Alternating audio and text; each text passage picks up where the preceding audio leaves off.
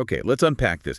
We're doing a deep dive today into something that, well, it fundamentally dictates the ceiling of your success.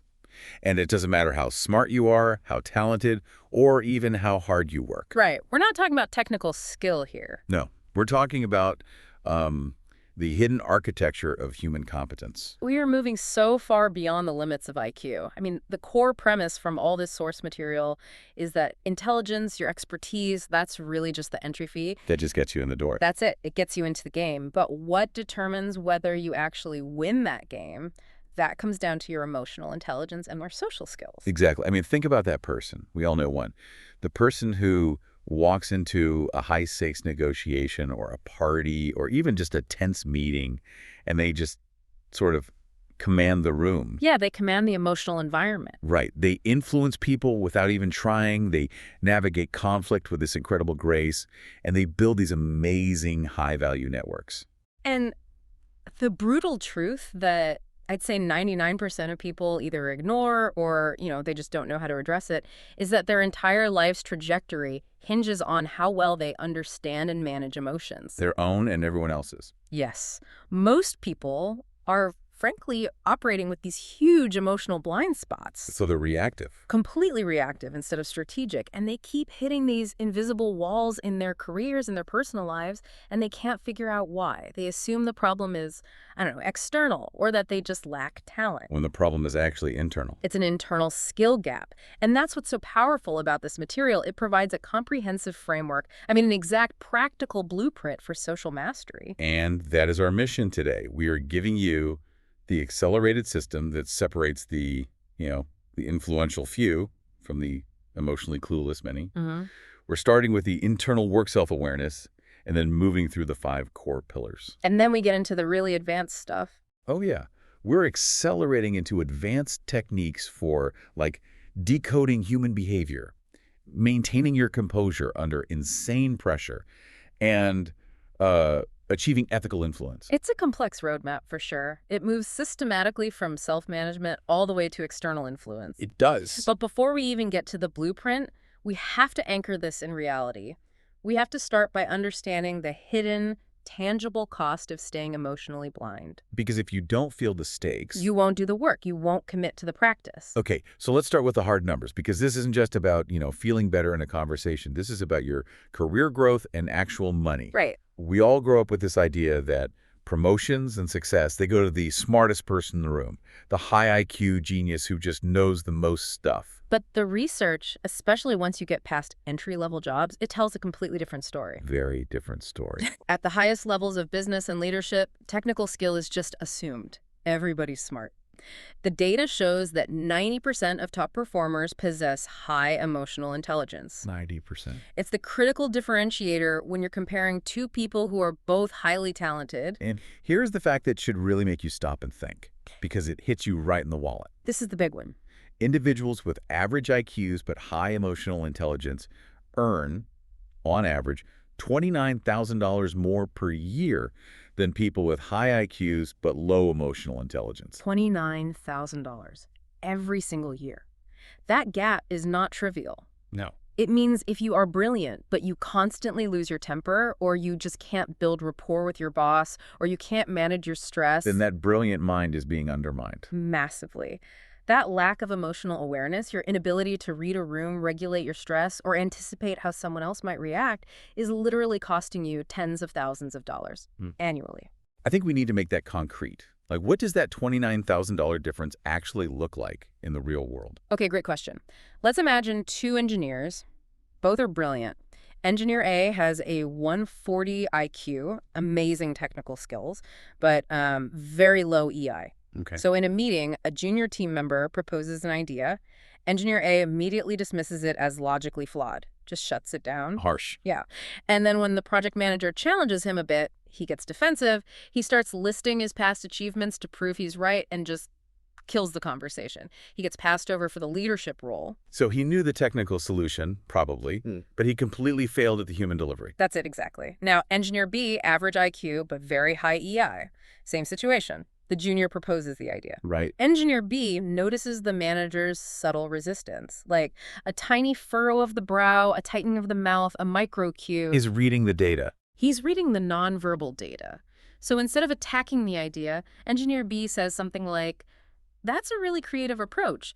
Before we dig into the technical side, project manager, I'd love to hear your thoughts on how it aligns with our current timeline." Oh, okay. You see what he did? He connects emotionally first. He validates the junior's contribution so they feel heard. And then he strategically invites the decision maker into the conversation, managing the resistance before it can even become a conflict. And Engineer B gets the promotion. Engineer B gets the promotion because he's easier to work with, he's more effective at collaboration, and he avoids all those costly emotional blowups that waste time and energy. So the cost just compounds through all these missed opportunities.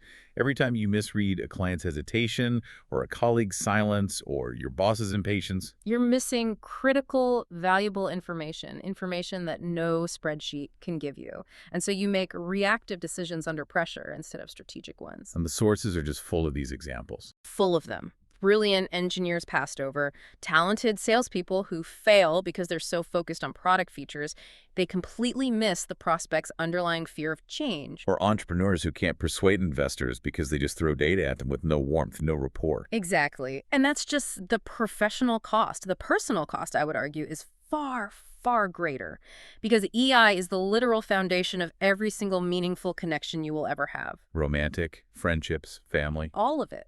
When EI is low in your personal life, the results are, well, they're catastrophic. How so? People with low EI really struggle with intimacy. They can't understand or validate a partner's shifting emotional world. They can only operate based on their own feelings in that moment. They hear the words, but they totally miss the music. That's a perfect way to put it. And this leads to constant friction. It leads to friendships that are just surface level. They don't know how to build those deep emotional bonds that require vulnerability and, mutual understanding. And I'm guessing more conflict? So much more conflict. They react emotionally. They yell when they're frustrated. They withdraw and go silent when they're anxious instead of choosing a strategic, regulated response. It's that compounding cost of missing the small signals. Yes. You miss the tiny cue that your partner is withdrawing, or you misinterpret their silence as anger when it's really just exhaustion. So you say the wrong thing at the absolute worst time because you can't read the emotional temperature of the room. Right. And then conflicts just spiral out of control because you're being driven by your own immediate unprocessed emotions instead of trying to understand the other person's perspective or their underlying pain. And the result is you come across as insensitive or self-centered or just difficult to be around, even if your intentions were good. And that leads to isolation. It leads to broken relationships. And the worst part, I think, is operating with these emotional blind spots, not even knowing why these bad patterns keep happening over and over again. But here's the crucial turning point. This is why this deep dive is so important. Emotional intelligence is not a fixed trait. It's a skill. It is a learnable skill set. Every single component, self-awareness, regulation, empathy, social skills, can be developed rapidly through systematic, deliberate practice. The people who seem effortless at this stuff. They've mastered the system, either consciously or unconsciously, and now we're going to give you the accelerated blueprint, starting with the foundation, the internal work. Okay, this is the structure. This is how we build competence. Because emotional intelligence, it's not some vague, fuzzy ability. It's broken down into 5 distinct, learnable pillars. Let's start right at the beginning. Pillar 1. Pillar 1 is self-awareness. This is the absolute prerequisite for everything else. Your internal radar. Exactly. It's the ability to recognize and accurately understand your own emotions in real time. If you don't know what you're feeling, you can't possibly manage it. And most people are just unconscious. Completely. They're angry, but they don't realize it until after they've sent the passive-aggressive email. They mistake anxiety for excitement, or they just feel this generalized dread but can't pinpoint that it's actually frustration. That is the definition of emotional blindness in action. Yeah. It's like trying to drive a car when all the dashboard lights are broken. You have no map to your own internal operating system. And self-awareness is about developing that sophisticated internal radar.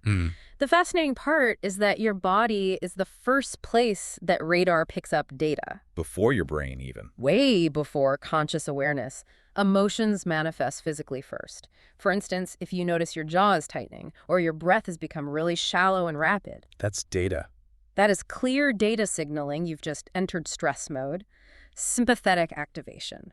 Those are the early warning signs, even before the conscious thought of, I am stressed. What are some other physical cues? Speaking faster than normal, interrupting people, leaning forward aggressively, that often signals internal defensiveness or rising frustration. And that sinking feeling in your stomach. A classic biological signal of fear or anxiety. These aren't just quirks. They are measurable data points that most of us just ignore completely. So how do we train ourselves to catch these signals in real time?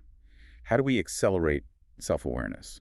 3 specific actionable strategies. First is emotional check-ins. Set alarms on your phone, maybe every 2 or 3 hours. Okay. When the alarm goes off, you pause for just 30 seconds and ask 3 questions. What am I feeling right now?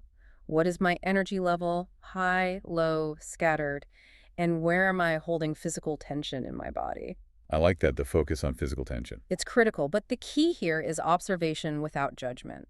You're not trying to fix the anger or solve the anxiety in that moment. You are just acknowledging its presence. You're training your brain to be conscious of your internal state. You're moving from being passive and reactive to an active observer of your own data. That's harder than it sounds, though. The first impulse is always to justify the feeling or try to get rid of it. It is, which is why the second strategy is so powerful. Right. Trigger tracking. Oh, Yes, a dedicated journal. Every time you have a strong emotional reaction, positive or negative, you log it. yeah. You note the reaction, what happened right before, who was there, and the thoughts that were running through your head. And over time, patterns emerge. Exactly. It's like debugging a system. You might realize, wow, I consistently get anxious when I'm asked to speak off the cuff. Or I always get angry when commitments are broken, especially by this one person. So you're not just reacting anymore. You're seeing the code that runs the reaction, which gives you power over it. And the third strategy brings us right back to the physical. Physical listening. You have to learn to treat those sensations, the tension in your shoulders, a tight chest, a clenched jaw, as genuine EI data points that show up seconds before your conscious thoughts do. So if your shoulders are up by your ears, You are carrying stress. Even if you're telling yourself, I'm calm, I'm fine, your body doesn't lie. Listen to what it's trying to tell you. okay, so that's pillar 1. Self-awareness gives you the data. Pillar 2, self-regulation is what you do with it. Yes. This is the competence to use that data effectively. It's the difference between managing your emotions and being completely controlled by them. The emotional ping pong balls. Right. People with poor regulation, they lash out when they're angry, they avoid conflict when they're anxious, they make impulsive financial decisions when they're excited. They're just at the mercy of their current state. But strong self-regulation isn't about not feeling things. No, not at all. It means you feel your emotions fully, anger, disappointment, nervousness, but you choose your response strategically. You can be furious about something, but still communicate calmly and rationally. Or be terrified of a presentation but still take bold, deliberate action. That's it. And the sources all emphasize that the key to this freedom is finding and then expanding the pause, that tiny space between the stimulus and your automatic response. That's where choice lives. It is. And emotionally intelligent people intentionally work to expand that space. When they get bad news, they don't immediately fire back an angry email. They insert a gap. How? What's a practical way to do that? A very powerful technique for high-pressure moments is the STOP acronym. It's a 4-step process, takes less than 10 seconds, but it can prevent so much damage. Okay, walk us through the mechanics. When you feel that tension spike, that urge to react, S is for stop. Just stop what you're doing. Halt the momentum. Simple enough. T is for take a breath. This is the physical interrupt. Specifically, a slow, deep breath in for 4 counts, hold for 4, and then a slow exhale for 6 counts. The longer exhale is key. It is. It actively stimulates the vagus nerve, which tells your parasympathetic nervous system to calm down. You are literally physically hitting the reset button on your panic response. Okay, ST, what's O? O is for observe what you're feeling. This is where pillar 1 comes back in. You name the emotion without judging it. I am feeling intense frustration right now, and my shoulders are tight. And P. P is for proceed with intention. Now, you choose your response rather than reacting automatically based on that immediate emotional storm. That reframes the entire interaction. It's not an uncontrollable crisis anymore. It's a deliberate choice. And that leads directly to the second major strategy for regulation, reframing. Changing the meaning. Yes. Instead of seeing a challenging emotion as a directive, you have to obey like anger commanding you to shout. You see it as information to be processed. So what is the information in anger? Anger signals that a boundary has been crossed or a value has been violated. Anxiety signals a need for more preparation or a better risk assessment. Disappointment signals that your expectations might need to be adjusted. When you reframe the emotion as data, it loses its power over you. You depersonalize it and regain conscious control over how you respond. Okay, so that's awareness and regulation. The third pillar is motivation, but a specific kind of motivation. Right, we're talking about intrinsic motivation. This is the deep drive that comes from your internal values, your purpose, your commitment to growth. It's totally separate from external rewards like money or recognition. So it's not about the bonus check. It's about the deeper why. The internal standard you hold for yourself, and this internal alignment is what makes people incredibly resilient and persistent. Because when they hit a roadblock or they fail, They don't quit because the motivation doesn't disappear when the external reward gets delayed or taken away. If your only motivation is to please your boss, what happens when your boss leaves? your drive goes with them. Yeah. But if your motivation is to achieve mastery, you keep going no matter who is watching. Exactly. And this intrinsic drive is the fuel for what we call the growth mindset. Internally motivated people see challenges as opportunities to learn. They see failures as feedback, not as a final judgment on who they are. They believe their abilities can be developed. They're not fixed traits. Right. So the strategy for developing this isn't about listening to a pep talk. It requires some deep self-reflection. What's the work? It's simple, but it's profound. Clarify your core values. What principles truly guide your decisions? What kind of person do you want to become? What impact do you want to have on the people around you? And when your actions line up with those values. Your motivation becomes stable, sustainable, and completely independent of what's happening around you. Okay, now we're moving outwards. Pillar 4, empathy. Yes, the emotional detective. Empathy is the ability to understand and share the emotions of others, to see situations through their psychological and emotional lens. It's a superpower for connection. But this is where a lot of people get it wrong. Yeah. They fall into what the sources call the projection trap. A massive mistake. They assume that other people must feel the same way they would in a given situation, and that just destroys rapport. So true empathy requires setting aside your own emotional experience entirely. That sounds incredibly difficult. It's a muscle you have to train. You have to genuinely try to understand their unique internal world, their context, their fears. This means becoming that emotional detective, constantly gathering data, verbal and nonverbal. What specific cues are we looking for that the average person just misses? We're looking for incongruence, mismatches, noticing the smile that doesn't quite reach the eyes, a polite social smile versus a genuine Duchenne's smile. This slight change in vocal tone when you bring up a certain topic? Exactly. Or observing that momentary microexpression, a brief flash of true contempt or sadness that crosses their face before they can put their mask back on. Empathetic people are constantly gathering this high-resolution emotional data. Okay, so the detective gathers the data. Yeah. Then the response has to be appropriate. You have to respond to what they actually need, not what you think they need. That's the crucial distinction.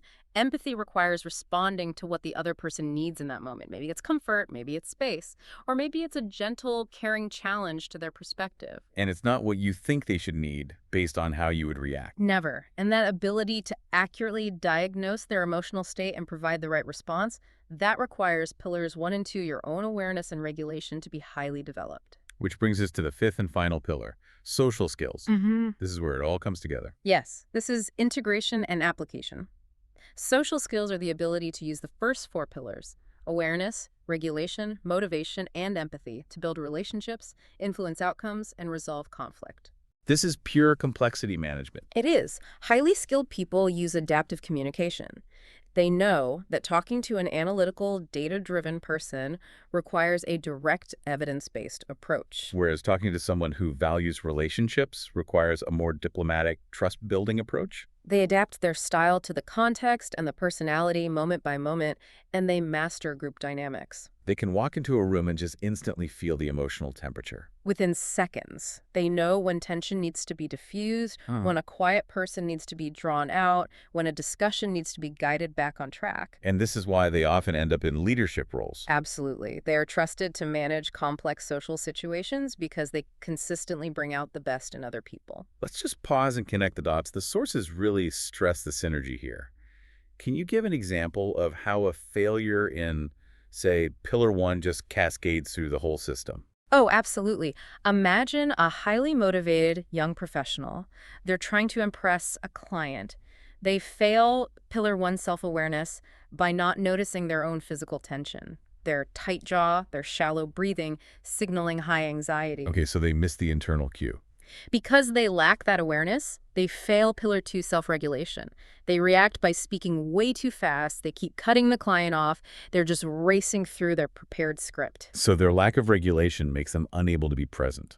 Which means they fail pillar four empathy. They completely miss the client's nonverbal signs of confusion or hesitation. And the result? A total failure in pillar five social skills. They alienated the client, they came across as aggressive and insecure, and they lost the deal. The failure wasn't a lack of talent, it was a cascade failure that started with one missed internal cue. The system breaks down from the inside out. Okay, now that we have the foundation, we can move into the advanced curriculum. Decoding, composure, and influence. Yes. Now we're moving from just being generally aware to accurately decoding behavior. Reading people like an open book, almost like a human lie detector. The core principle here is that all human behavior is communication. Every gesture, every expression, every change in tone is broadcasting a huge amount of information about someone's internal, often subconscious state. And mastery is in decoding it quickly. Exactly. Let's start with the face. You mentioned over 40 muscles creating these distinct universal emotional signatures. The face is a roadmap. When someone feels genuine happiness, you see the Duchenne marker, the crinkling around the outer corners of the eyes, the crow's feet along with the cheeks lifting.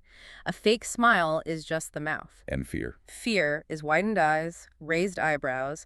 Anger is concentrated tension, a furrowed brow, pressed lips, maybe a slight flaring of the nostrils. But people are good at controlling their expressions. How do we see past the mask? By hunting for micro-expressions. These are brief, involuntary flashes of emotion. They last only a fraction of a second, sometimes 125th of a second. They leak through. They leak through before the conscious mind can engage the control centers. They show what someone is really feeling before they construct their social facade. That sounds like a skill that takes years to master. How do we even start? You start with a technique called facial scanning.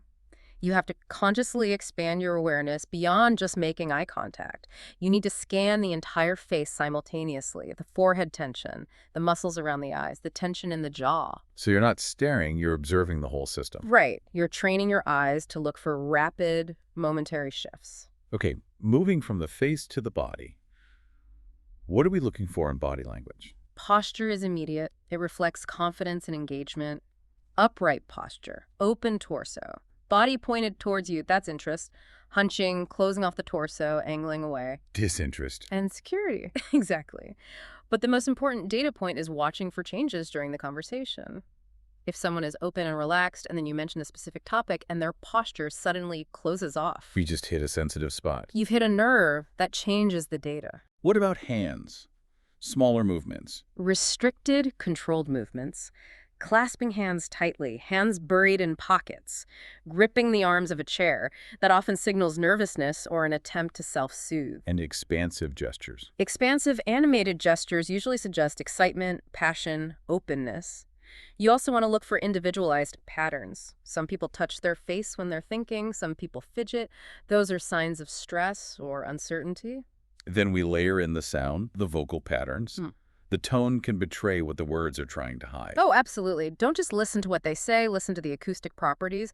Nervousness often shows up as a higher pitch, a faster tempo, and a shakier, less resonant tone. And confidence is the opposite. Lower, slower, more resonant. You want to listen for signs of vocal strain or if their voice suddenly gets lower and quieter when they're sharing something confidential or difficult. What about the speed of their speech? Rapid speech often indicates excitement, anxiety, or urgency.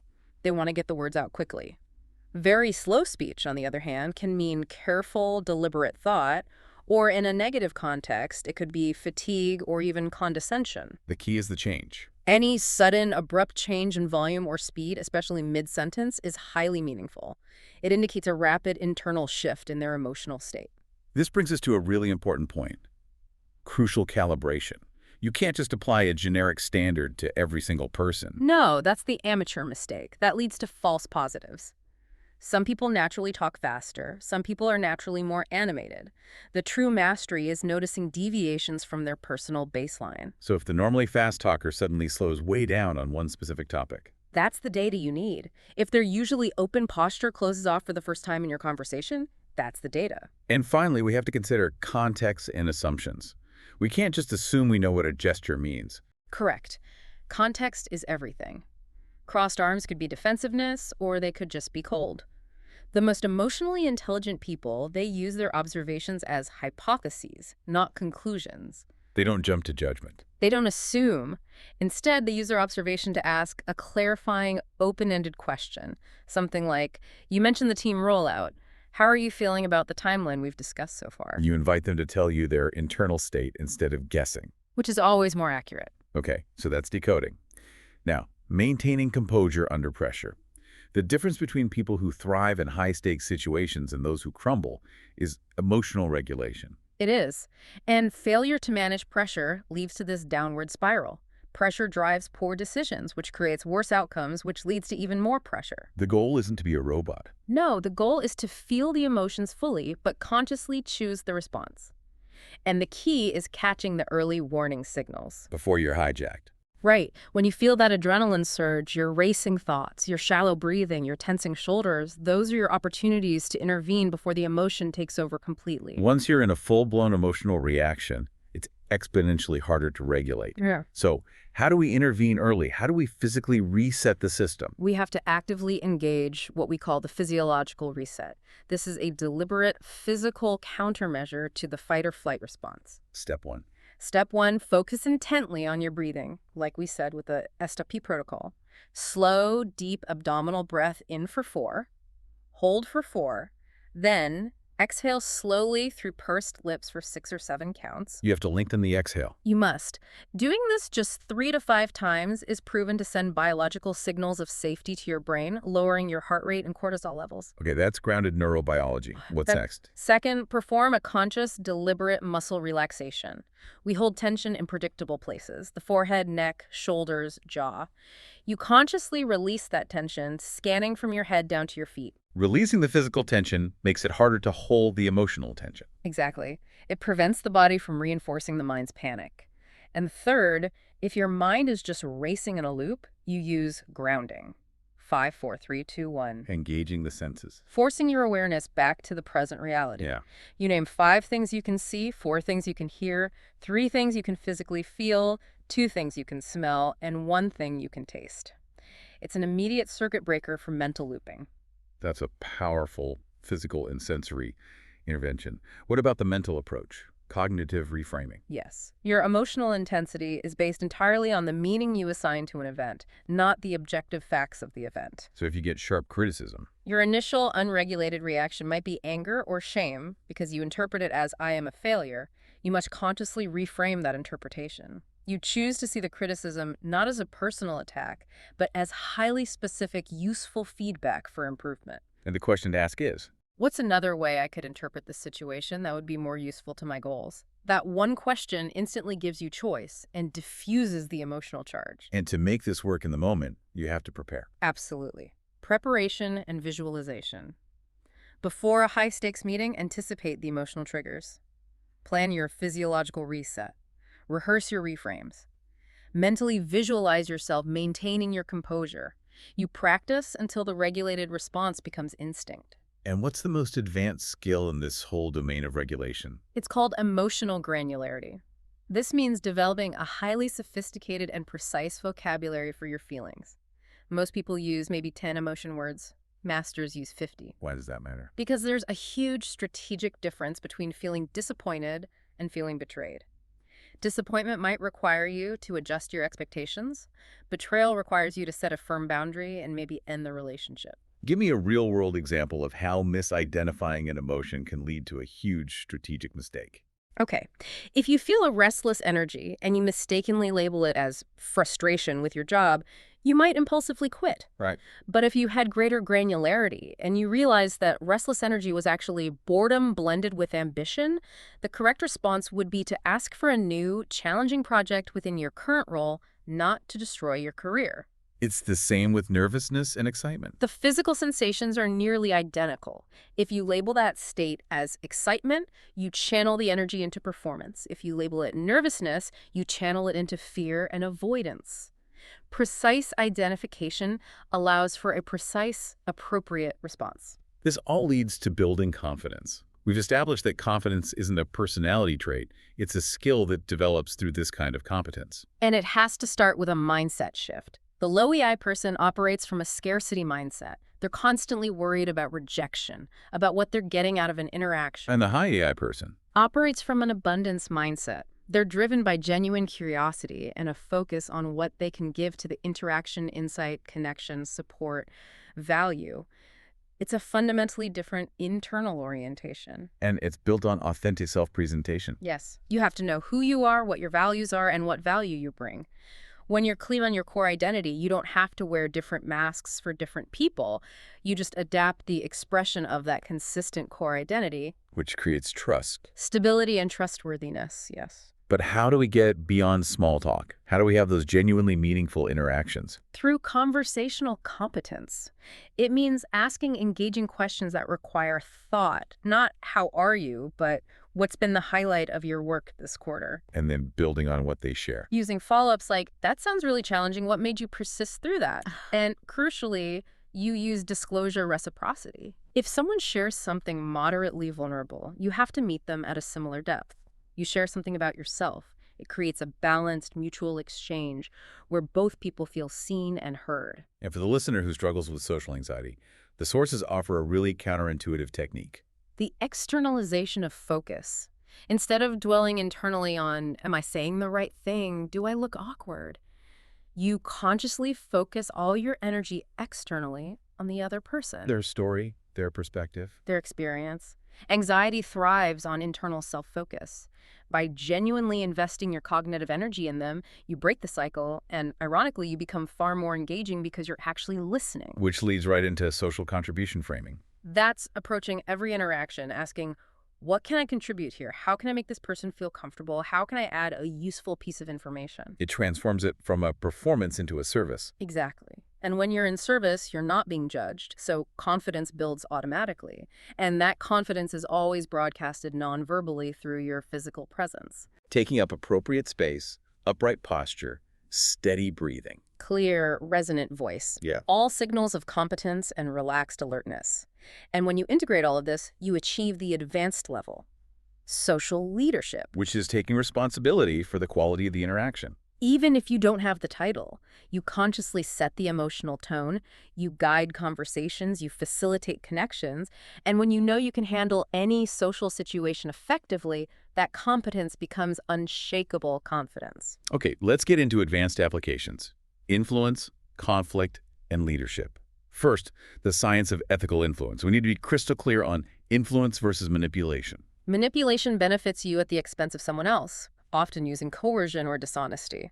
Ethical influence creates mutually beneficial outcomes through understanding and alignment. And the foundation is recognizing that decisions are emotional. Decisions are fundamentally based on emotions and only later justified by logic.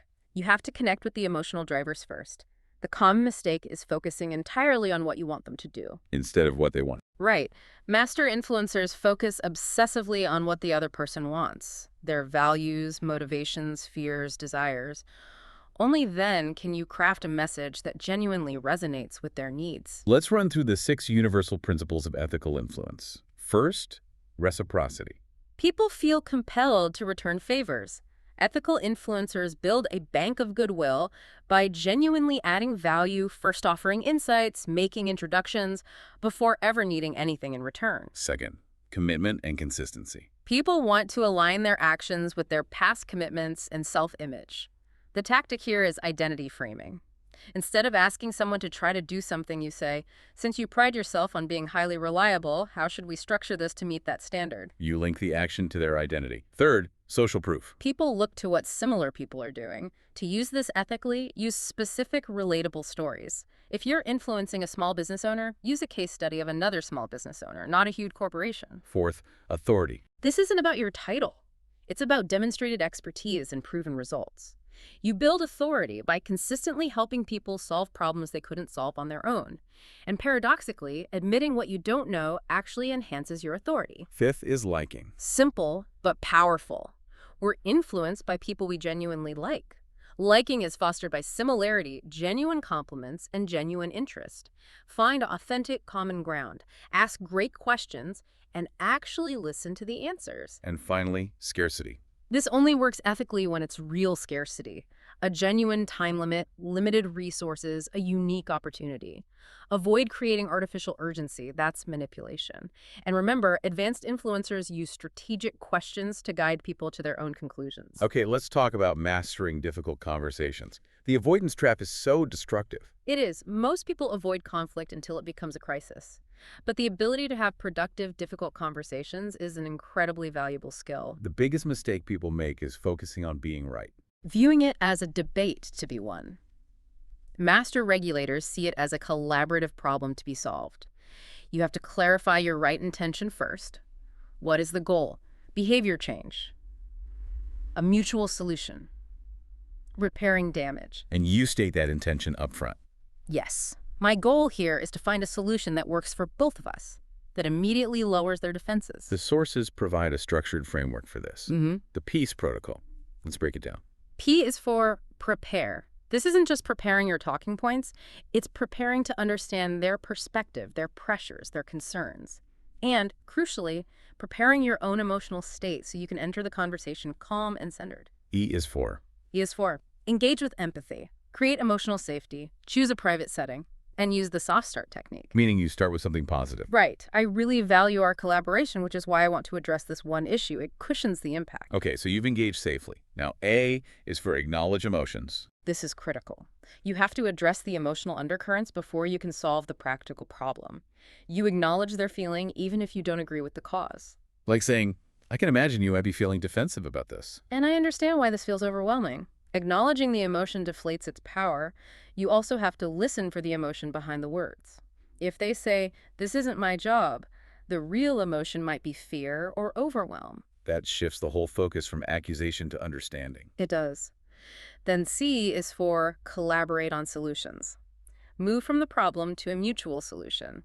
This requires being genuinely open to ideas that aren't yours. Ask open-ended questions. What ideas do you have for addressing this going forward? If we could redesign this, what would need to change for it to work for you? Seek that creative third option. And finally, E is for establish next steps. Vague agreements lead to repeat problems. Be specific. Who, what, when. So we're agreeing you'll resend the report by Friday at 3 p.m. and we'll check in on Monday. Agree on how to communicate about this kind of issue in the future. The tone throughout has to be compassionate directness. Firm on standards and boundaries, but always respectful of their dignity and feelings. Okay, let's touch on building your social network like a strategic asset. The mindset shift here is huge. It's everything. Low AI networkers ask, what can this person do for me? High AI relationship builders ask, how can I add value to this person's life? The value-first approach. You offer something valuable first, an insight, an introduction, a resource that's highly relevant to them. You operate as a constant generator of value, not a taker. And there are different categories of value. 5 key ones. Information value exclusive insights, connection value introductions, resource value tools, books, support value just listening. And the most valuable, opportunity value alerts to jobs, partnerships, investments. People never forget that. Never. And this requires strategic consistency. Relationships are built on repeated, small, positive touch points over time. A generic, how are you, is useless. A specific, I remembered you were looking for X, here's an article on it, is gold. And it's quality over quantity. Always. 100 deep, trusting relationships are exponentially better than 500 superficial LinkedIn connections. And build relationships with superconnectors, recruiters, consultants, community leaders to multiply your reach. So it's a long-term strategy built on authenticity. Has to be. Now we shift to the psychology of leadership. Leadership isn't about titles. It's about inspiring others. It's about using your EI to make other people better. And the highest expression of this is transformational leadership. It inspires people through 4 key behaviors. First is idealized influence. Trust. Being the role model others want to follow. This is built on integrity, transparency, and vulnerability. Admitting your mistakes publicly, being ruthlessly honest. Second, inspirational motivation. The vision. Communicating a compelling why. Not just delegating tasks, but connecting the team's goals to individual values, showing people the meaning in their daily work. Third, intellectual stimulation. Creativity. Challenging people to think differently, creating a safe space for unconventional ideas. Asking, what if we tried the opposite approach? Viewing dissent as a necessary ingredient for innovation. And fourth, individualized consideration. development. Treating people as unique individuals. Adapting your style, giving detailed guidance to a new hire versus autonomy to a veteran. Consistency of standards, but flexibility in approach. And what about influencing when you don't have a title? That's leading without authority or servant leadership. You influence through your expertise and your relationships. The focus is entirely on serving others, asking, how can I remove barriers for you so you can be more successful? Leaders also have to be aware of emotional contagion. Very aware. Emotions spread from leaders to followers fast. If the leader projects calm in a crisis, that stabilizes the whole team. This makes emotional regulation a core professional responsibility. But it has to be authentic. Faked positivity just creates cynicism. And finally, the leader's job is to create psychological safety. The environment where people feel safe to take risks, ask dumb questions, and make mistakes without fear of humiliation, it's the lubricant for high performance. How do you build it? You model intellectual humility, openly admit what you don't know. Your mistake response must be curiosity, what can we learn, not judgment, who's responsible. And you must actively invite dissent. Ask, what are we missing? And thank the person who speaks up. And be transparent. Share your uncertainties. It gives others permission to be human, which builds a culture of learning, not a culture of performance anxiety. Okay, last major section. Defending against manipulation. As you develop your EI, you become a better influencer, but you can also become a target. Your EI is your shield. It lets you see the game being played and step out of the reactive cycle.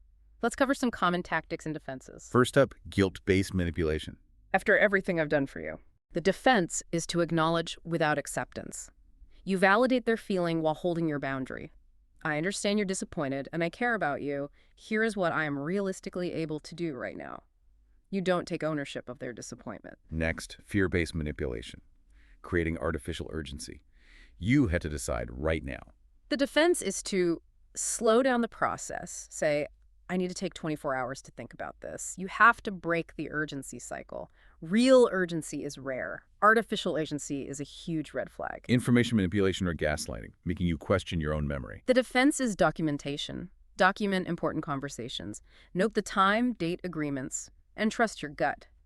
If you consistently feel confused or crazy after talking to someone, that feeling is your internal radar screaming. What about love bombing, followed by withdrawal? That's a high-low cycle designed to create addiction. The defense is to pay attention to consistency over time. Healthy relationships are steady and predictable, not a roller coaster of highs and lows. Projection, accusing you of their own negative behaviors. The defense is to evaluate accusations critically. Consider the source. Are they just projecting their own behavior onto you? Don't automatically internalize the blame. And what's the general defense principle here? It all comes back to pillar one. Trust your instincts. If you consistently feel confused, drained, or guilty after interacting with someone, pay attention to that data. Maintain strong, consistent boundaries. And know that manipulators try to isolate their targets, so maintain a strong support network. Okay, we have covered a massive amount of ground. But knowledge without application is, well, it's worthless. The difference between the 1% and the 99% isn't access to this information. It's a systematic approach to practice. Which is why we've laid out a 90-day transformation plan. This is your roadmap to turn this knowledge into an ingrained skill, starting with the internal foundation. Let's hear it. Phase 1. Phase 1, days 130. Self-awareness and regulation. For days 110, you do hourly emotional self-observation. Identify your state, energy, and physical tension. No judgment. Days 11-20, you do trigger journaling. Note your strong reactions and find the patterns. In the last 10 days. Days 21-30, basic regulation. You practice the physiological reset, that 4-4-6 breath, and the S.P protocol the moment a trigger occurs. You're building that conscious pause. Okay, so that solidifies the internal radar. Now we go external in phase 2. Phase 2, days 31-60, reading, empathy, and influence. Days 31-40, advanced observation. Practice facial scanning, noticing vocal patterns and looking for body language incongruencies in every conversation. Days 41-50, empathetic responding. Focus on reflecting back observed emotions without trying to fix anything. Just understand. And the influence part. Days 51-60, strategic influence. Pick one of the 6 principles each week and practice it, always focusing on providing genuine value first. This builds competence in high-stakes interactions. Finally, integration and high performance in phase 3. Phase 3, days 61-90. Integration, leadership, and resilience. Days 6170, difficult conversations. Identify one specific conversation you've been avoiding, plan it, and execute it using the PEACE protocol. Day 7180. Emotional leadership. Consciously choose the emotional tone you bring to every meeting. Generate and spread authentic, positive energy, calmness, enthusiasm, whatever is needed. And days 8190, resilience. Practice that anti-fragility mindset, using your observer self to step back from emotional reactions. And to sustain this long term. 3 continuous daily practices. A 10-minute morning intention. Set your desired emotional state. A 10-minute evening review. What went well, what could be better. And a weekly relationship review. Assess the quality of your most important connections. And remember, consistency over perfection. Setbacks are going to happen. The key to mastery is just returning to the practice immediately.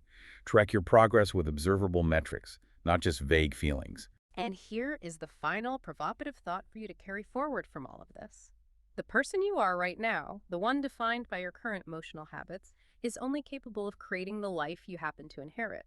The person you become through developing emotional intelligence through this deliberate, systematic practice is the person who will be capable of creating the life you actually want. The transformation starts with the very next breath you take.